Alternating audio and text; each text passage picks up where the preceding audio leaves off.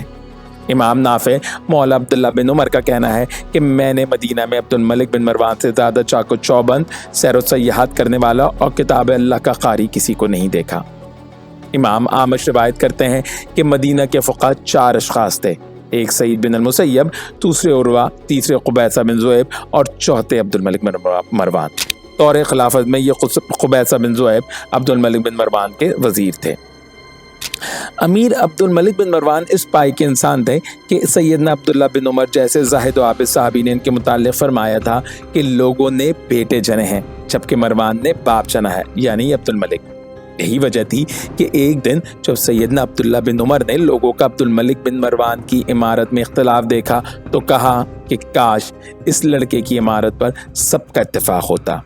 امام شافعی نے عبد الملک بن مروان کی بابت فرمایا کہ میں نے کسی مجلس میں اپنے زیادہ فضیلت والا کسی کو نہیں پایا سوائے عبد الملک بن مروان کے، اس لیے کہ جب بھی میں کوئی بات کرتا تو وہ اس میں اضافہ کرتے، اور جب بھی کوئی شعر کہتا تو وہ اس میں اضافہ کرتے۔ سیدنا معاویہ نے 50 ہجری میں امیر مدینہ سیدنا مروان کو خط لکھا کہ معاویہ بن قدیج کی معیت میں جو وفد مغرب کے شہروں کی طرف جا رہا ہے اس میں اپنے بیٹے عبد الملک بن مروان کو بھی شامل کر دو۔ نیز اس خط میں سیدنا معاویہ نے عبد الملک بن مروان کے علاقوں میں مجاہدانہ صلاحیت و اہلیت کا بھی ذکر کیا تھا۔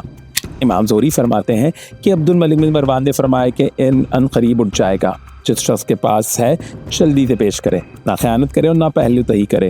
اس کے علاوہ عبد الملک کے خطبے میں واضح و نصیحت کی باتیں ہوتی تھیں۔ امام اعمش فرماتے ہیں کہ سیدنا انس بن مالک نے امیر عبد الملک بن مروان کو خط لکھا جس میں خود کا خادم رسول ہونا بتا کر فرمایا کہ مجھے حجاج نے تکلیف پہنچائی اور ایسا ایسا کیا۔ عبد الملک خط پڑھ کر رونے لگے اور غصہ ہوئے۔ پھر ایک سخت خط حجاج کو لکھا جس کی وجہ سے حجاج نے سیدنا انس بن مالک سے معذرت کی اور اپنے فعل پر نادم ہوا۔ ایک شخص عبد الملک کے پاس آیا اور اس سے تنہائی میں کچھ کہنا چاہا تو عبد الملک نے فرمایا کہ جو چاہو کہو مگر 3 باتیں مت کرنا، پہلی میری تعریف مت کرنا، دوم مجھ سے جھوٹ مت بولنا، اور سوم میری رعایا کے خلاف مجھے مت بھڑکانا۔ امام اسمعی فرماتے ہیں کہ عبد الملک بن مروان کے سامنے ایک شخص لایا گیا جس نے ان کے خلاف خروج کیا تھا، اس کی بابت قتل کا فیصلہ ہوا۔ اس شخص نے عبد الملک سے کہا کہ آپ کی طرف سے میرا یہ بدلہ ہے۔ عبد الملک نے اس سے پوچھا پھر کیا بدلہ ہونا چاہیے؟ اس شخص نے کہا میں جس کے ساتھ بھی نکلا ہوں وہ ناکام ہوا اور شکست کھائی اور ان کا لشکر منتشر ہوا۔ یہ بات سن کر عبد الملک کو ہنسی آ گئی اور اس کو چھوڑ دیا۔ عبد الملک سے کسی نے پوچھا کہ کون سا شخص سب سے بہتر ہے؟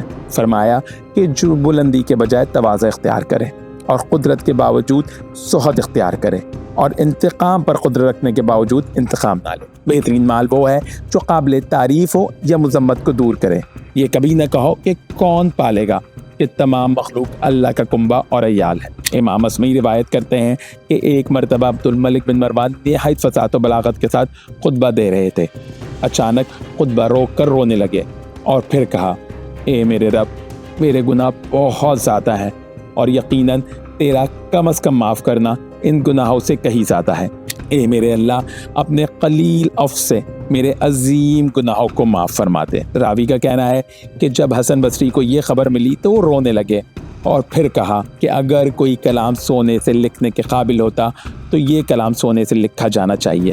حسن بصری کے علاوہ دیگر لوگوں نے بھی دعا کے بارے میں یہی رائے دی۔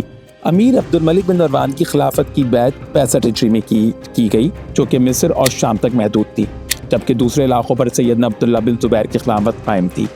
لیکن 73 ہجری میں سیدنا عبداللہ بن زبیر کی شہادت کے بعد پوری بلاد اسلامیہ میں عبد الملک بن مروان کا اقتدار قائم ہو گیا۔ 86 ہجری میں وسط شوال میں دمشق میں ان کا انتقال ہوا جبکہ ان کی عمر 60 برس کے آس پاس تھی۔ ان کے جانشین امیر ولید بن عبد الملک نے ان کی صلاۃ المیت ادا کی۔ ان کی ایک بیوی بنو مخزوم سے تھی جس کے بطن سے ہشام بن عبد الملک پیدا ہوا تو جو بعد میں جا کر خلیفہ بنا۔ سیدنا علی بن ابی طالب کی ایک صاحبزادی بھی ان عبد الملک بن مروان کے عقد میں تھی، اس لحاظ سے یہ سیدنا علی کے داماد اور حضرات حسنین کے بہنوئی تھے۔ یزید بن معاویہ کی صاحبزادی عاتکہ بھی ان عبد الملک بن مروان کی زوجیت میں تھی۔ عبد الملک بن مروان کی کل مدت خلافت 21 سال تھی، جس میں سے 9 سال سیدنا عبداللہ بن زبیر کے ساتھ حکومت میں شامل تھے، جبکہ 13 سال 3 ماہ مستقل الگ حکومت کی۔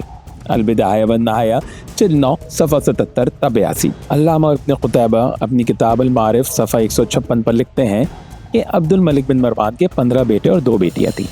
بیٹوں کے نام مروان اکبر، ولید، سلیمان، یزید، مروان اصغر، ہشام، ابو بکر، مسلمہ، عبداللہ، سعید، حجاج، محمد، منذر، انبسا، قبیصہ تھے، جبکہ بیٹیوں کے نام عائشہ اور فاطمہ تھے۔ عائشہ بنت عبد الملک کی شادی خالد بن یزید بن معاویہ سے ہوئی تھی، جبکہ فاطمہ بنت عبد الملک عمر بن عبد العزیز کو بیائی تھی۔ لڑکوں میں ولید بن عبد الملک مشہور ہوا، جو عبد الملک کا ولی عہد تھا اور ان کے بعد 86 میں خلیفہ بنا۔ اسی طرح سعید بن عبد الملک تھے، جن کا لقب سعید الخیر تھا۔ وہ نہر سعید نامی مقام میں رہتے تھے۔ یہ نہر انہی کی جانب منسوب ہے۔ یہ جگہ تلتلی جنگل تھی جس میں درندے رہتے تھے۔ اس جگہ کو سعید نے ترس کرا کے آباد کیا تھا۔ کتاب المعارف صفحہ 157۔ جبکہ مسلمہ بن عبد الملک، جن کی کنیت ابو سعید تھی، ان کو الجرادۃ الصفرا کہا جاتا تھا۔ اس کی وجہ یہ تھی کہ ان کا رنگ زردی مائل تھا۔ وہ بہادر تھے، انہوں نے بلاد روم کے بہت سے مقامات فتح کیے تھے، انہی میں سرحدی شہر توانہ بھی تھا۔ وہ چند ماہ عراق کے والی بھی رہے۔ خلیفہ عبد الملک بن مروان کا دور نہایت پرآشوب تھا۔ ایک کے بعد ایک مسائل سے ان کو نپٹنا پڑا۔ ان کے زمانے میں بڑے بڑے حوادث اور انقلاب برپا ہوئے۔ سیدنا عبداللہ بن زبیر پہلے سے ان کے مقابلے میں تھے۔ ساتھ ہی مختار ثقفی کا خروج، خوارج کی مستقل شورشیں، اور پھر سب سے زیادہ ناک میں دم کرنے والی ابن اشعث کی بغاوت بھی عبد الملک کے دور میں ہی برپا ہوئی۔ لیکن امیر عبد الملک بن مروان اولو العزمی اور مستقل مزاجی سے قندہ پیشانی کے ساتھ ان تمام حوادث سے عہدہ برا ہوتے رہے۔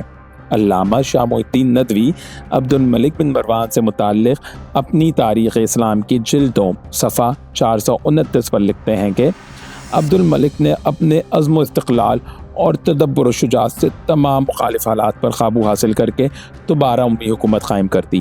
وہ بڑا قوی دل اور مستقل مزاج تھا، نازک سے نازک حالات میں گھبراتا نہ تھا۔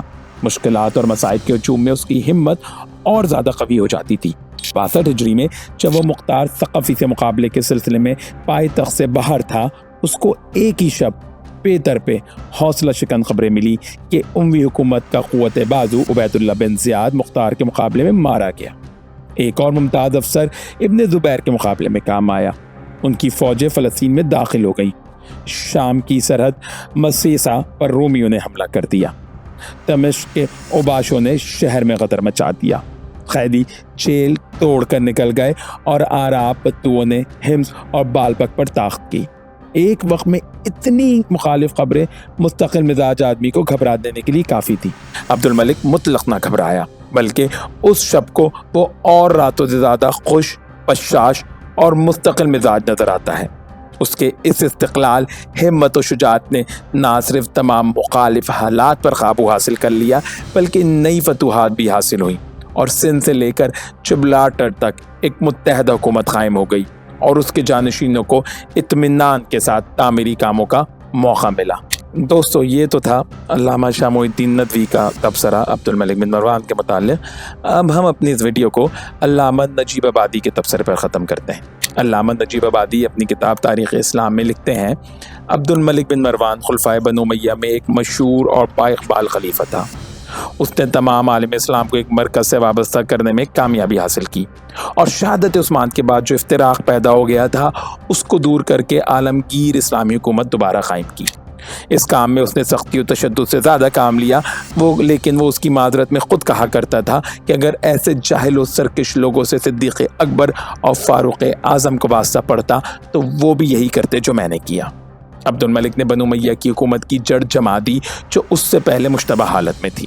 عبد الملک کے مزاج میں درستی اور صغیری کے ساتھ ہی معقول پسندی اور حق شناسی بھی تھی۔ ہم کو اس کی مستقل مزاجی اور بلند ہمتی کی بھی تعریف کرنی پڑتی ہے۔ عبد الملک کی غلطیوں اور خطاؤں میں سے بڑی خطا یہ سمجھی جاتی ہے کہ اس نے حجاج کو اس کے استحقاق سے زیادہ اختیار و اقتدار دیا اور حجاج نے اپنے اختیار کے ظالمانہ استعمال میں کمی نہیں کی۔ لیکن اس قسم کی غلطیاں ہر اس حکمران سے سرزد ہو سکتی ہیں جو اپنی سلطنت کے قیام و استحکام کا خواہ ہو۔ عبد الملک کی کامیابیوں میں عبید اللہ بن زیاد، حجاج بن یوسف ثقفی اور محلب بن ابی صفرہ کو خاص طور پر دخل ہے۔ عبد الملک کے زمانے میں مسلمانوں کو فتوحات ملکی بھی حاصل ہوئیں اور اندرونی خدشے بھی ایک ایک کر کے سب مٹ گئے۔ عبد الملک نے اپنی 13 خلافت میں جو کام انجام دیے ان کے اعتبار سے اس کا شمار نامور اور کامیاب خلفاء میں ہوتا ہے۔ ساتھ ہی وہ باعظمت و باجبروت خلیفہ بھی تھا۔ علم و فضل کے اعتبار سے بھی اس کا مرتبہ بہت بلند تھا اور شجاعت و سپاہگیری کے اعتبار سے بھی وہ بہادروں اور نامور سپہ سالاروں کی فہرست میں شمار کیا جا سکتا ہے۔ عبد الملک کی وفات کے وقت ہم عالم اسلام کے ایک پرآشوب زمانے سے نکل کر پرامن اور پرسکون زمانے میں پہنچ گئے ہیں۔